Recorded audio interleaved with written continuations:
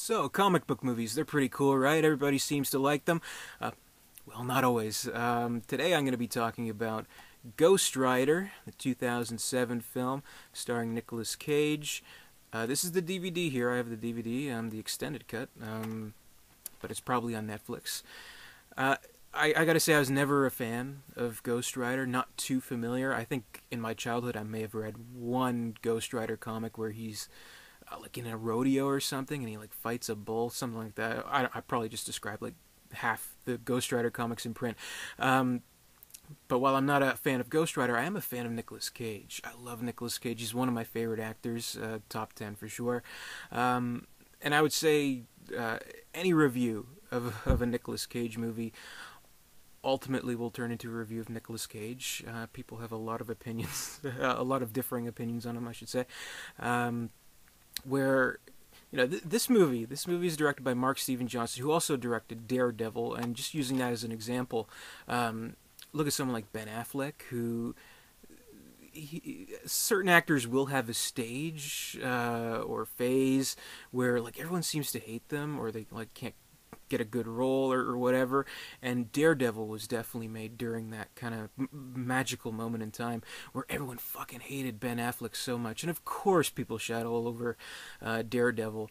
But Nicolas Cage, he's a different entity in and of itself, where he doesn't really have any,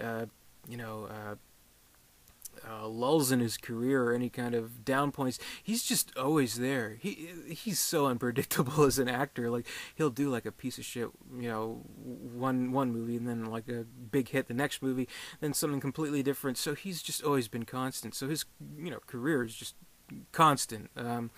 So whether it's good or bad, it almost doesn't seem to matter. He's just always been around, and for all that time, no one can really say, "Oh, well, everyone hates Nicolas Cage now." No, it's not like that. I love him. He's one of the most interesting actors, and that's the thing. Any movie with him is at least more interesting with him being in it, whether it's a horrible movie or whether it's a really good movie where he gives a great performance. He's always interesting, which is what I love about him. And you got to figure a guy like this, who is a bona fide, comic book nut, who at one point had the first print Superman #1 or Action Comics #1.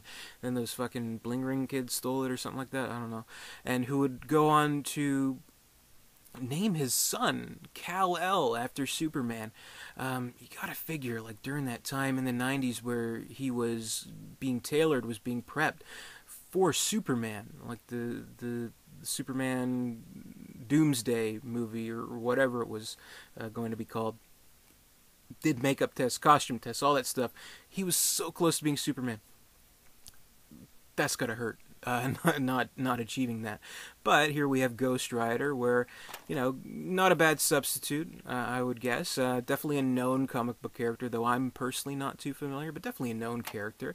So here he is. He's a superhero in a superhero movie, so that's kind of cool. And I know a lot of people don't really like the movie that much. A lot of people say it's really bad, but it's one of those movies where people say it's bad and there's not really any too specific reasons as to why.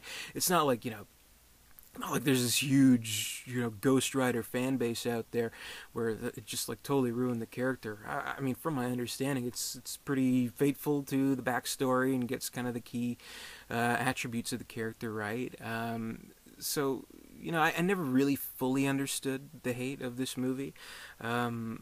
But there are problems with it. Part of me really, really wants to like this movie and say, hey, this is a positive review, check it out. But there are some factors that I don't like. Probably for one thing, it just gets a little too flashy with certain editing tricks, like the camera moves a certain way. They show off a certain special effect that isn't done too well. Things like that. Really intense zoom-ins that I don't like. And basically the story, real quick in a nutshell, Johnny Blaze has his sweetheart as a teenager, Roxanne. They're in love. They want to run away with each other, but then Johnny's father dies after being saved from cancer from the devil, who makes a deal with Johnny to be the Ghost Rider. But then once he's cured of cancer, he dies in an accident in the stunt show, and that kind of ruins Johnny, and he kind of runs off, basically. And so there's stuff like he's constantly having these weird flashbacks, like right in the middle of a jump, like the screen will just flash. It's like, oh yeah, this happened 10 minutes ago in the fucking movie. And then when Eva Mendes, who plays Roxanne as an adult in the movie, shows up after like maybe, I don't know, 25 minutes, half an hour, Johnny as Nicolas Cage sees her again. And they show a flashback to her as a kid, in case like we were so fucking stupid that we didn't know that this was the same character named Roxanne. So it's stuff like that that kind of bugs me. And some of the CGI isn't too good. He actually only first turns into Ghost Rider. This is the extended cut, mind you, and I don't really remember any key differences other than one where Peter Fonda, who plays the devil, in his first scene, he like sees some like carnival ride with the devil on it. He's like, "Far out, man!" I know that was a new scene, but whatever.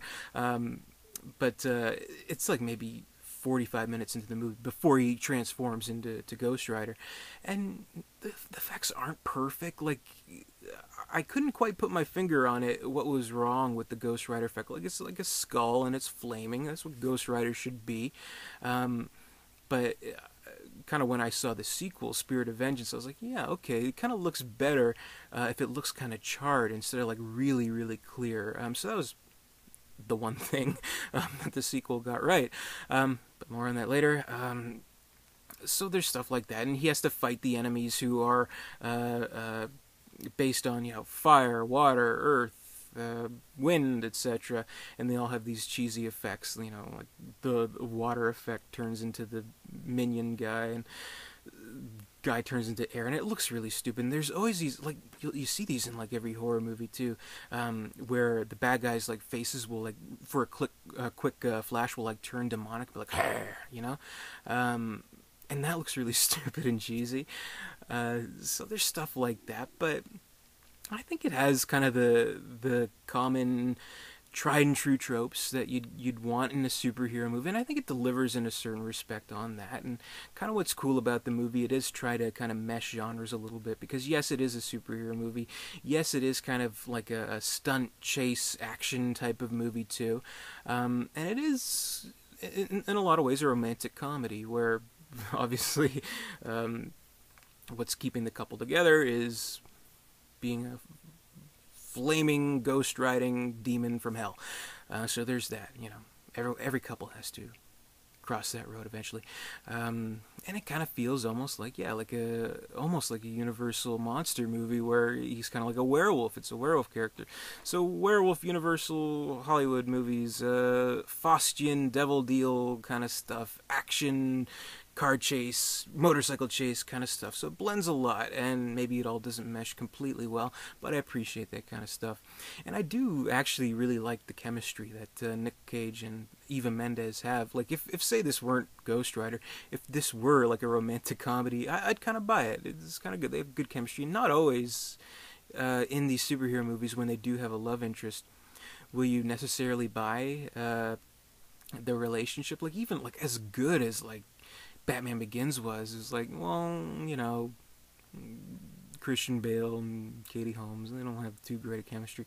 Even like if you look at something like Daredevil, Ben Affleck and Jennifer Garner don't really have that good of a chemistry, which I know is weird to say, but they don't.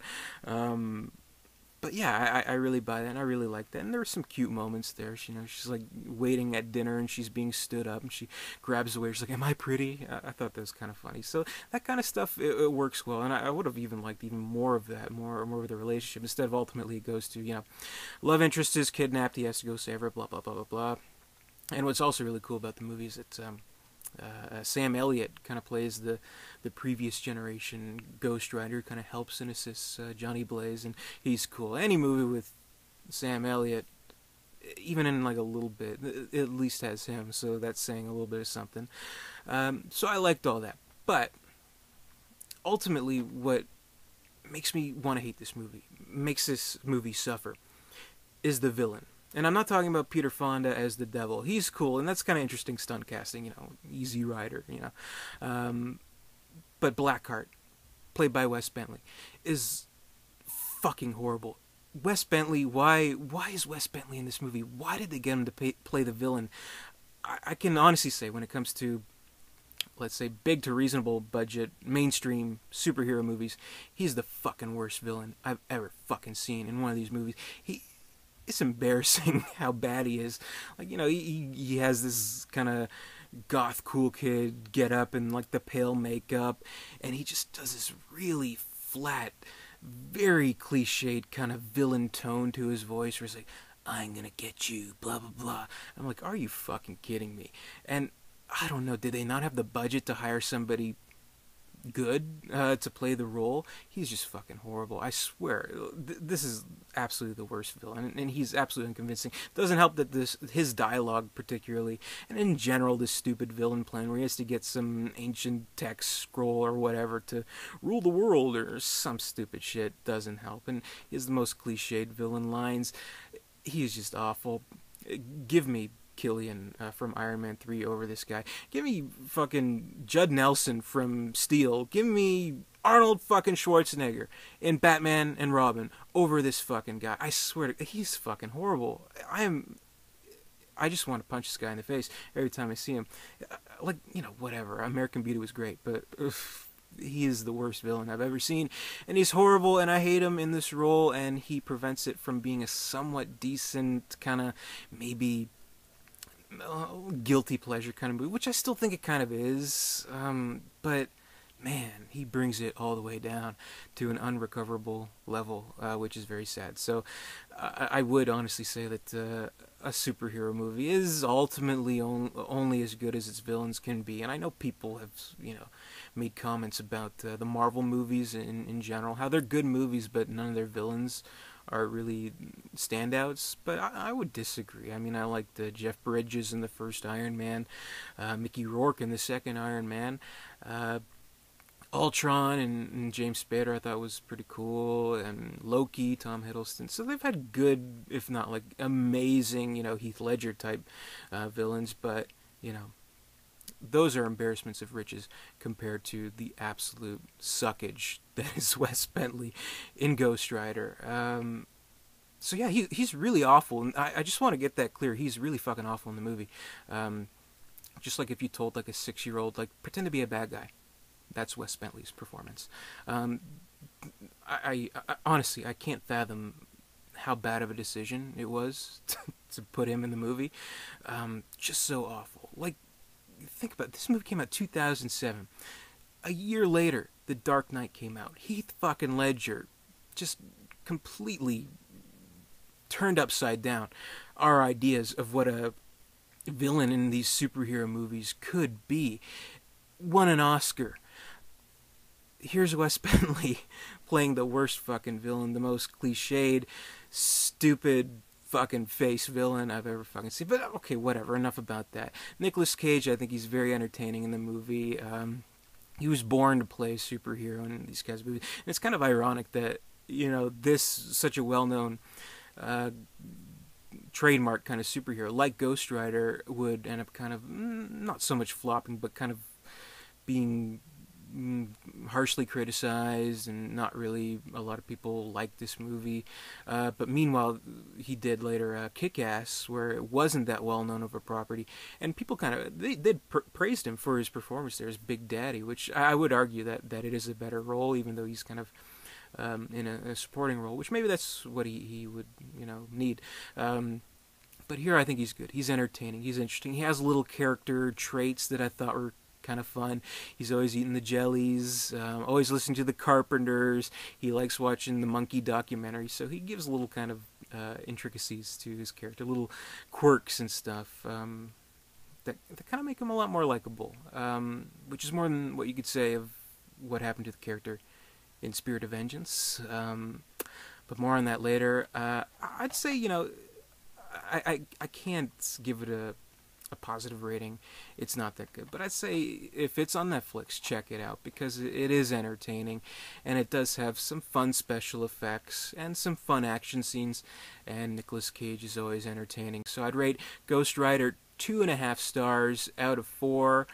Could have been more of a guilty pleasure type of movie, but it's horrible, awful, just embarrassing villain in Wes Bentley brings this movie down quite a bit, so I can't quite recommend it. But yeah, I mean, it's the kind of movie that it's fine if it's on Netflix. If you like superheroes, want to know a little bit more about the Marvel heroes, especially since the property is going to be going directly to Marvel soon, get yourself a little bit familiar with Ghost Rider. Check this out. Even actually check out the DVD if you can. Like, this definitely isn't like in terms of, say, Daredevil, where it completely changed up and re-edited the movie, kind of made it something a little bit better.